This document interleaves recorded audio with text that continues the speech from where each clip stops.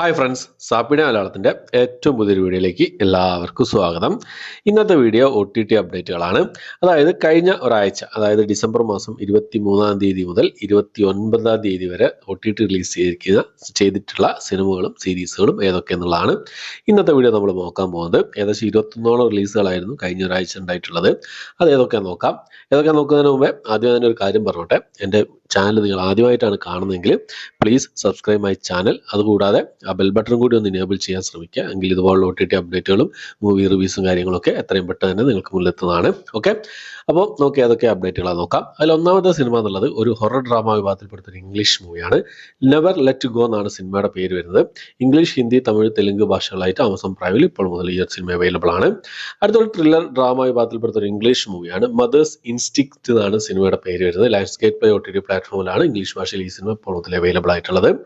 അടുത്ത romantic drama thriller വിഭാഗത്തിൽപ്പെടുന്ന ഒരു സ്പാനിഷ് മൂവിയാണ്. യുവർ ഫോൾട്ട് എന്നാണ് സിനിമയുടെ പേര് വരുന്നത്. മൈ ഫോൾട്ട് എന്ന സിനിമയുടെ സെക്കൻഡ് പാർട്ടാണ് ഈ ഒരു സിനിമ എന്നുള്ളത്.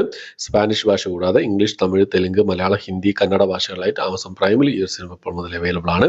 അടുത്തൊരു ഡ്രാമ വിഭാഗത്തിൽപ്പെടുന്ന ഒരു ഹിന്ദി സീരീസ് ആണ്. ഡോക്ടേഴ്സ് ആണ് സീരീസിന്റെ പേര് വരുന്നത്.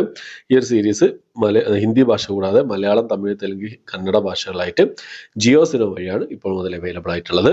അടുത്ത RJ ബാലാജി, സാനിയ അയ്യപ്പ എന്നിവരൊക്കെ പ്രധാന വേഷം കൈകാര്യം ചെയ്ത സ്വർഗ്ഗവാസൽ എന്ന് പറഞ്ഞ ഒരു ആക്ഷൻ ക്രൈം ഡ്രാമ ത്രില്ലർ വിഭാഗത്തിൽപ്പെടുന്ന സിനിമയാണ്.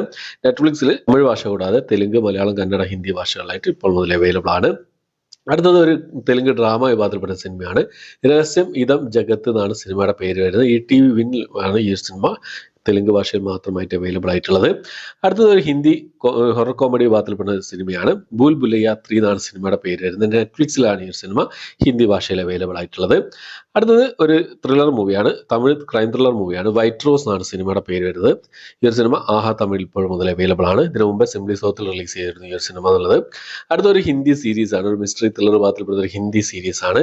കോച്ച് പർച്ചായും കെ ഉസ് പാർ എന്നാണ് സിനിമയുടെ പേര് വരുന്നത്. ഹിന്ദി ഭാഷയിൽ C5 ആണ് ഈ ഒരു സിനിമ ഇപ്പോൾ മുതൽ അവൈലബിൾ ആയിട്ടുള്ളത്. അടുത്തൊരു മനോരമാക്സ് വഴി റിലീസ് ചെയ്ത ഒരു കോമഡി ഡ്രാമ വിഭാഗത്തിൽപ്പെടുന്ന ഒരു മലയാളം മൂവിയാണ് താൻ ആരാ എന്ന് പറഞ്ഞ സിനിമ. ഈ ഒരു സിനിമ സിംപ്ലി സൗത്തിൽ മനോരമാക്സിലും ആയിട്ട് ഇപ്പോൾ മുതൽ അവൈലബിൾ ആണ്. അടുത്തൊരു കൊറിയൻ സീരീസ് ആണ്. ഒരു അഡ്വഞ്ചർ ആക്ഷൻ മിസ്റ്ററി ഡ്രാമ വിഭാഗത്തിൽപ്പെടുന്ന ഒരു കൊറിയൻ സീരീസ് ആണ്. സ്ക്വിഡ് ഗെയിം എന്ന് പറഞ്ഞ സീരീസിന്റെ സെക്കൻഡ് സീസൺ എന്നുള്ളത്. നെറ്റ്ഫ്ലിക്സിൽ ഈ ഒരു സീരീസ് കൊറിയൻ ഭാഷ കൂടാതെ ഇംഗ്ലീഷ്, തമിഴ്, തെലുങ്ക്, ഹിന്ദി ഭാഷകളായിട്ട് ഇപ്പോൾ മുതൽ അവൈലബിൾ ആണ്. സീരീസ് കണ്ടാണ് ഞാൻ റിവ്യൂ ചെയ്തിട്ടുണ്ട്. അടുത്തത് ഒരു തമിഴ് മൂവിയാണ്. തമിഴ് ആക്ഷൻ ഡ്രാമ വിഭാഗത്തിൽപ്പെടുന്ന സിനിമയാണ്. വട്ടാര വഴക്ക് എന്ന സിനിമ സിംപ്ലി സൗത്ത് വഴിയാണ് ഈ ഒരു സിനിമ റിലീസ് ചെയ്തിട്ടുള്ളത്. അടുത്തൊരു ആക്ഷൻ അഡ്വഞ്ചർ ഡ്രാമ വിഭാഗത്തിൽപ്പെടുന്ന ഒരു ഇംഗ്ലീഷ് മൂവിയാണ്. ഗ്ലാഡിയേറ്റർ 2 എന്ന് പറഞ്ഞ സിനിമ. ഇംഗ്ലീഷ് ഭാഷ കൂടാതെ തമിഴ്, തെലുങ്ക്, ഹിന്ദി ഭാഷകളായിട്ട് ഈ ഒരു സിനിമ ഇപ്പോൾ മുതൽ അവൈലബിൾ ആണ്. അടുത്തത് ഒരു ആക്ഷൻ ഡ്രാമ വിഭാഗത്തിൽപ്പെടുന്ന ഒരു കന്നഡ മൂവിയാണ്. ഭൈരതി രണകൽ എന്ന് പറഞ്ഞ സിനിമ.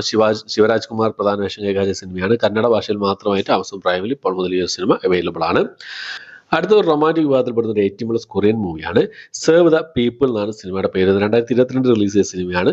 ഈ സിനിമ കൊറിയൻ ഭാഷ കൂടാതെ തമിഴ്, തെലുങ്ക്, ഹിന്ദി ഭാഷകളായിട്ട് ആമസോൺ പ്രൈമിൽ ഇപ്പോൾ മുതൽ അവൈലബിൾ ആണ്. അടുത്തത് ഒരു റൊമാൻറ്റിക് ഡ്രാമ വിഭാഗത്തിൽപ്പെടുന്ന തെലുങ്ക് മൂവിയാണ്. അലനടി രാമചന്ദ്രുഡു എന്നാണ് സിനിമയുടെ പേര് വരുന്നത്. ആമസോൺ പ്രൈമിൽ ഈ ഒരു സിനിമ തെലുങ്ക് ഭാഷയിൽ മാത്രമായിട്ട് അവൈലബിൾ ആണ്. അടുത്ത സിനിമ എന്നുള്ളത് നമ്മുടെ കൊറിയൻ മൂവിയാണ്. ഒരു ആക്ഷൻ ക്രൈം കോമഡി ത്രില്ലർ വിഭാഗത്തിൽപ്പെടുന്ന ഒരു കൊറിയൻ മൂവിയാണ്. ഡോൺലിയുടെ ദ റൗണ്ട് അപ്പ് പണിഷ്മെന്റ് എന്ന സിനിമ. ഇംഗ്ലീഷ്, തമിഴ്, തെലുങ്ക്, ഹിന്ദി, കൊറിയൻ ഭാഷകളായിട്ട് ആമസോൺ പ്രൈമിൽ ഈ സിനിമ ഇപ്പോൾ മുതൽ അവൈലബിൾ ആണ്. അടുത്തൊരു കോമഡി സയൻസ് ഫിക്ഷൻ വിഭാഗത്തിൽപ്പെടുന്ന ഒരു ഇംഗ്ലീഷ് മൂവിയാണ്. പോപ്പുലർ തിയറി എന്നാണ് സിനിമയുടെ പേര് വരുന്നത്.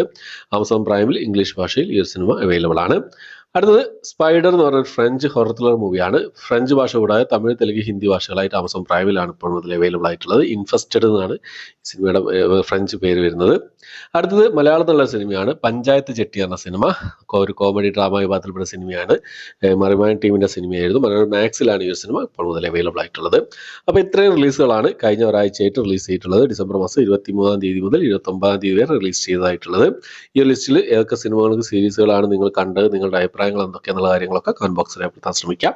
അപ്പോൾ ഇത്രയാണ് ഇന്നത്തെ വീഡിയോ. വീഡിയോ ഇഷ്ടപ്പെട്ടെങ്കിൽ ലൈക്ക് ചെയ്യാനും ഷെയർ ചെയ്യാൻ സബ്സ്ക്രൈബ് ചെയ്യാൻ മറക്കാതിരിക്കുക. പുതിയൊരു വീഡിയോ ആയിട്ട് വരുന്നതായിരിക്കും. ബൈ.